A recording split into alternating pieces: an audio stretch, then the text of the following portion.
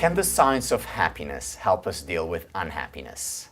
Can positive psychology play a role in the treatment of depression and anxiety? The easy answer to these questions is yes. The difficult question is how?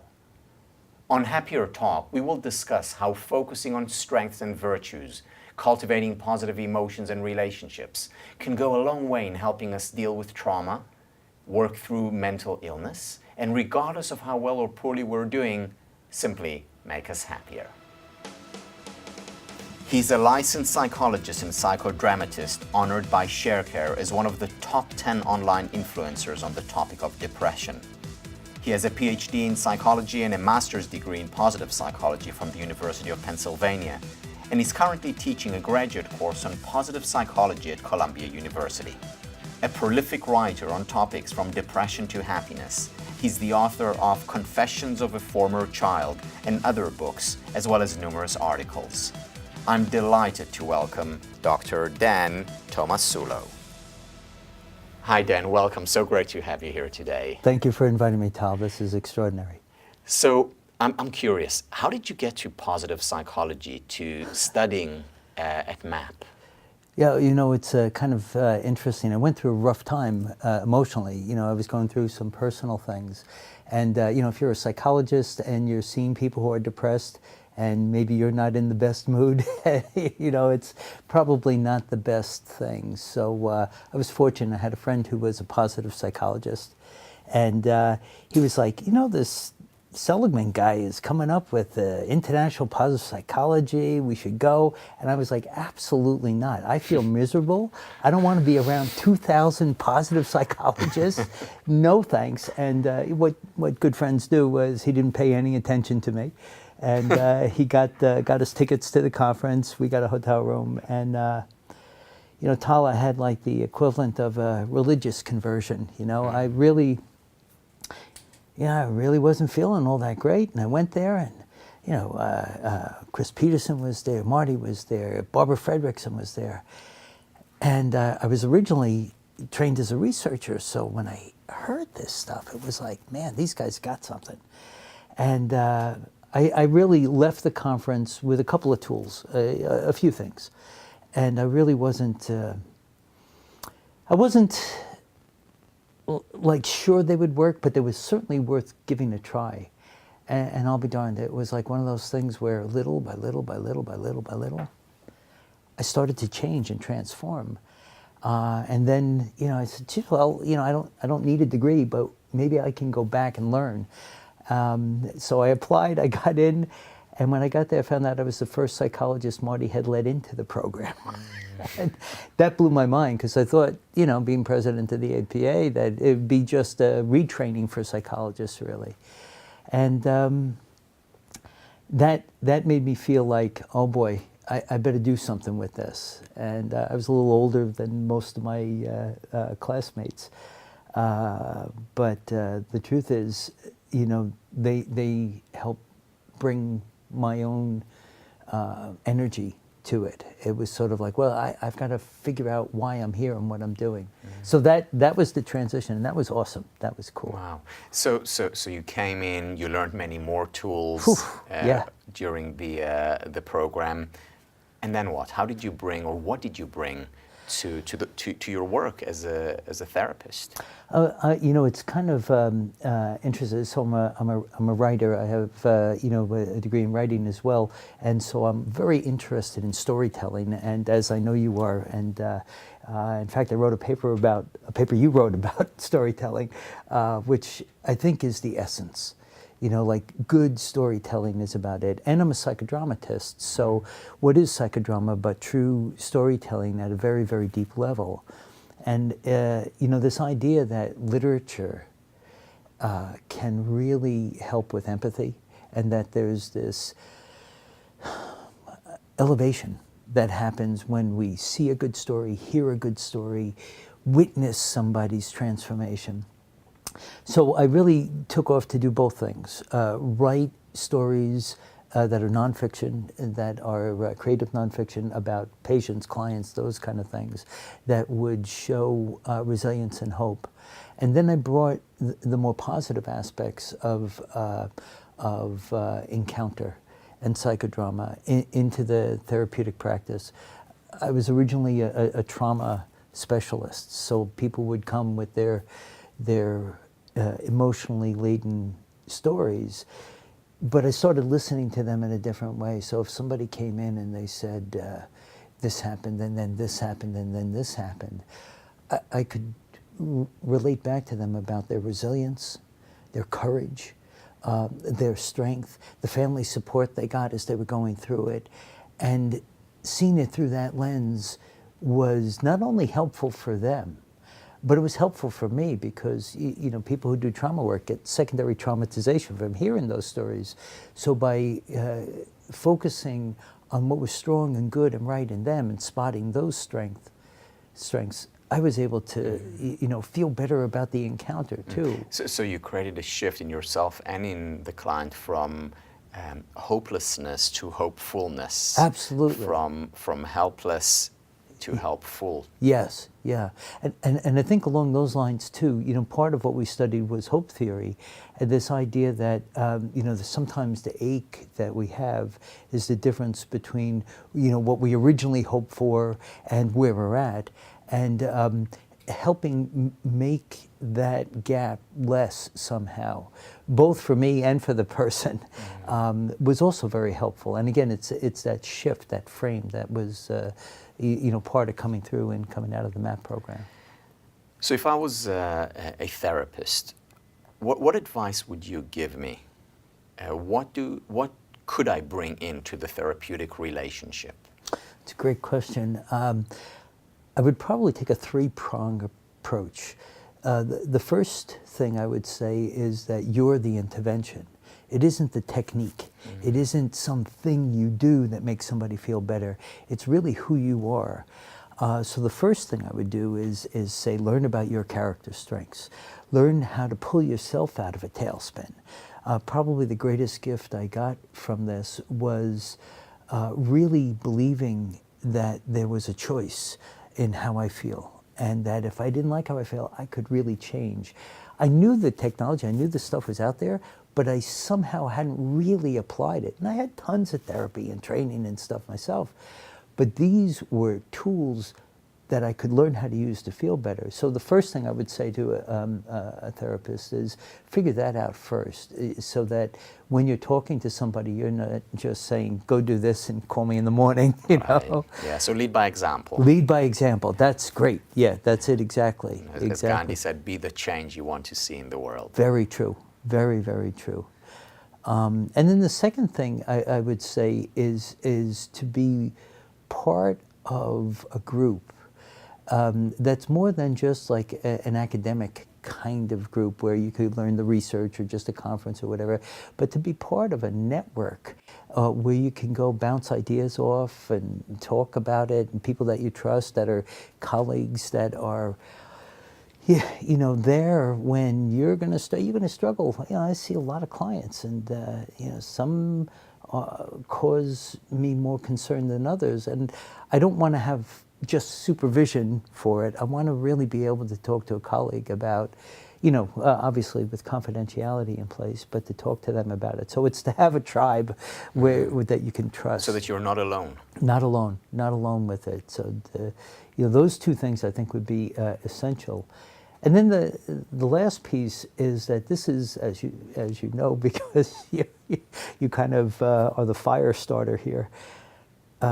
This field is growing. I mean, the listserv every day, there's new research, there's new this, and to really find a way to stay on top of it, you know, continuing ed programs, that kind of thing, so that it's not just a couple of tools that you learn and kind of just reuse them, but it's like, who's doing what with this information, new stuff on character strength and couple therapy as an example, or, you know, how can we apply it to the community so that you're constantly invigorated by this. And then those three things I think would be really helpful. Yeah, so the third one would be a lifelong learner, continue to grow and develop. Exactly. You know, I find these three ideas, first of all, you know, being the change, being the exemplar. Right. The second, finding the social network, and the third one about being a lifelong learner, so compelling. Also for me, not being a therapist. Yes. Oh, yeah. As a parent, I think this is very Absolutely. important. As a leader, Yeah. these things are really important. Right. So these are great pieces of advice for us as human beings. Yeah, I would say that's very true. Anybody who's in a role where other people are counting on you, which would include most of us, right? Right, You know, right. that I think fits. You mentioned your work in psychodrama. How does that fit into the mix? Well, you know, the thing for me was this, you know, positive psychotherapy. You know, Tayyab Rashid is really the leader in that. He was Marty's fellow, and that is just a beautiful way of taking a lot of the interventions and putting them together. He's done some really great work in, you know, applying those. And there was another positive psychotherapy movement in Europe earlier. That was influenced by Moreno's work. Moreno's the founder of group psychotherapy and psychodrama, and Viktor Frankl's work. So they had a very different approach, because instead of a block of interventions that you would do sequentially in a particular order, they were more influenced by maybe the humanistic movement, in the sense that here's a package of interventions that an eclectic therapist could use, you know, back and forth. And I guess the place I see myself now is about taking the best of positive psychotherapy from these origins and then using enactment techniques to enhance the experience. As an example, I just ran a workshop today on the virtual gratitude visit. So I took Marty's original research, where the students had to write a letter, then deliver it, and you know the studies, you know, that their well-being went up, depression went down, and it stayed down for at least a month afterwards. You know, it was very powerful. However, it's also kind of limiting in the sense that you have to be able to read and write in order to deliver the gratitude letter. And a lot of my initial work were with people who have intellectual and psychiatric disabilities, concomitant disorders, so their literacy level is very low or non-existent. And so how can we take these interventions to somebody who could profit from something like gratitude, but can't write a letter? And maybe the person that they'd want to deliver to has passed on, or maybe they don't know who that is anymore. So the virtual gratitude visit would be a way of doing it psychodramatically. You put an empty chair across from the person, and the person would express their gratitude to that person. If it's done in a group, then the group members are all going to profit by witnessing it because of the factor of elevation. They're watching someone express gratitude, which has got really strong positive moral elements. They watch that, they get in touch with their own, and there are certain things we do in group to get them ready for it. Then the person reverses roles and becomes the person they've delivered the gratitude to. So they learn about receiving gratitude through that role play. Do you mind if I do that? Oh. Can you lead me through the process? Oh, Vital, that'd be fantastic. Great. Fantastic. All right. So what do we do? Okay. First of all, I think it's an example of your courage and bravery to do this on camera, but it's rather easy. And yet at the same time, what I'd say is that with gratitude, it's the queen of virtues. And the reason why is because it's tethered into a lot of other emotions. So what I'd say is that as we do this, it's not unlikely for other feelings to come up, because gratitude isn't just this one thing. It ends up being a feeling that has many different tributaries, many different sources. So if other feelings come up, that would be very natural.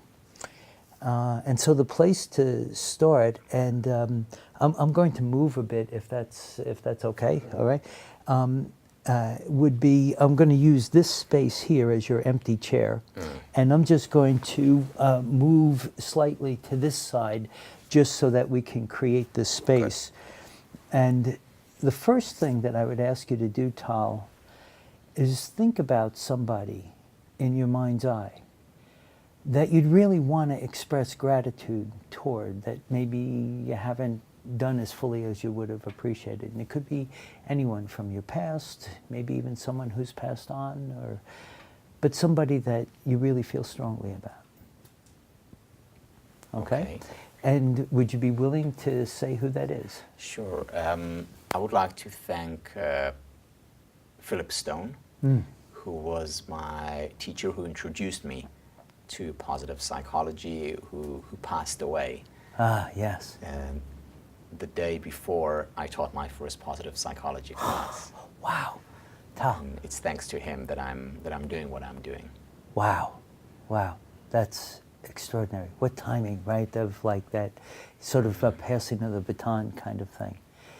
And I don't know if it's possible with the cameras, but I'll tell you what I would normally do, and then you can let me know if it's possible. I would stand next to you as you're doing this. And when I do that, I'll be speaking in first person as if I were you and saying words that, if it's appropriate, might go with what you're feeling. And your job is to hold my feet to the fire. Make sure that if I say something, that it matches. So I'm going to stand over here and see if that'll work. I'll just come next to you like this. Is this okay? Is this perfect? Okay. And so we're going to imagine that he's here. So to take a moment and give yourself a sense to imagine his presence. And then if you would begin and say what it is you need to say, Tal. Phil, thank you for introducing me to the field of positive psychology. Thank you for trusting me to teach, to be your teaching assistant, for taking me to all those meetings, for allowing me to jump into the deep end and start teaching when perhaps I wasn't absolutely ready, but you trusted me. You saw something in me that I was barely able to see in myself. You helped me to be courageous. You helped me to become a teacher, and you were always there supporting. So even when things didn't go well as I expected them to, you continued to hold me, to teach me, and more than anything else, what you did for me was provide a role model. You were so humble, always asking questions, and you were always asking questions of students, of colleagues, and I still follow this today. This has been how I try to model my way of being. It provided me a model of the kind of teacher and role model that I want to be for my students and my colleagues. Terrific. And this would be the role reversal part. So you would sit here now and to just take a moment as you become Phil and just realize that Tal has given this gratitude to you. And how would you respond back? Thank you, Tal. And I feel that I've learned so much from you and from your openness to the learning, from your curiosity and courage. And I remember when you started to teach that very first day and the conversation we had before class, when you told me how nervous you were, and yet you did it. I'm proud of you.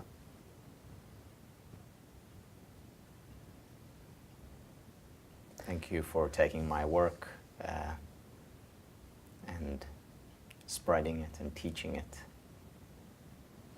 And as Phil would just say, the last thing that you'd want to say for right now. I miss you. Thank you. And reverse roles. Now, Tal, Philip has just said this. How do you want to respond? What's the last thing you'd want to say? I miss you very much. And yet you're with me always. In everything that I teach and do, you're here and here. Thank you, Tal. That's so. Right. Immediately after, we do a sharing. We do a talk about this, right? So you've just done some heavy lifting. So I'll just say a little bit about what that was like to watch. To see you do that, it was extraordinary because you were there, and I'm sure in a moment or two when you have a chance to talk about it, that experience was very much in the moment. And the thing about gratitude now is that loop just got completed somehow. This may have been a reflection. Gratitude comes in so many different flavors, right? It's like a cognitive thing, a memory. It's an interactive thing. It's an expressive thing. But here we did that all together. And watching you do that really reminded me so much of my mentors and what I've gotten and what I'm passing on, and the bravery and the courage to do that, and then the deep dive into that space, and then kind of coming back out. That's powerful. And if there were a group here, they would have witnessed that too. But what was that like for you? No, it was extremely powerful. I must say, within a few seconds, I was there. There were no cameras, and it melts away, right? Melts away, and Phil was in the room. Yeah. See, I think that's what the psychodrama can do, in terms of, perhaps healing, perhaps closure, perhaps what would be called the catharsis of integration. The catharsis sometimes gets a bad rap that it's just a purging, but here there's a wholeness that comes from it because you do this and it gets somehow integrated into the past, the present, and the future all at once. Thanks, by the way, for allowing yourself to do that. Thank you. Yeah, it's thank awesome. you. Awesome. And thank you for bringing these fields that haven't been playing together for too long. Thank you for bringing them together, whether it's psychodrama, psychotherapy, and positive psychology, and for making such a big difference in people's lives. Well, thanks for starting us off. And thank you all for watching Happier TV. For more interviews, programs, questions and answers, and reflections, please join us again. Take care.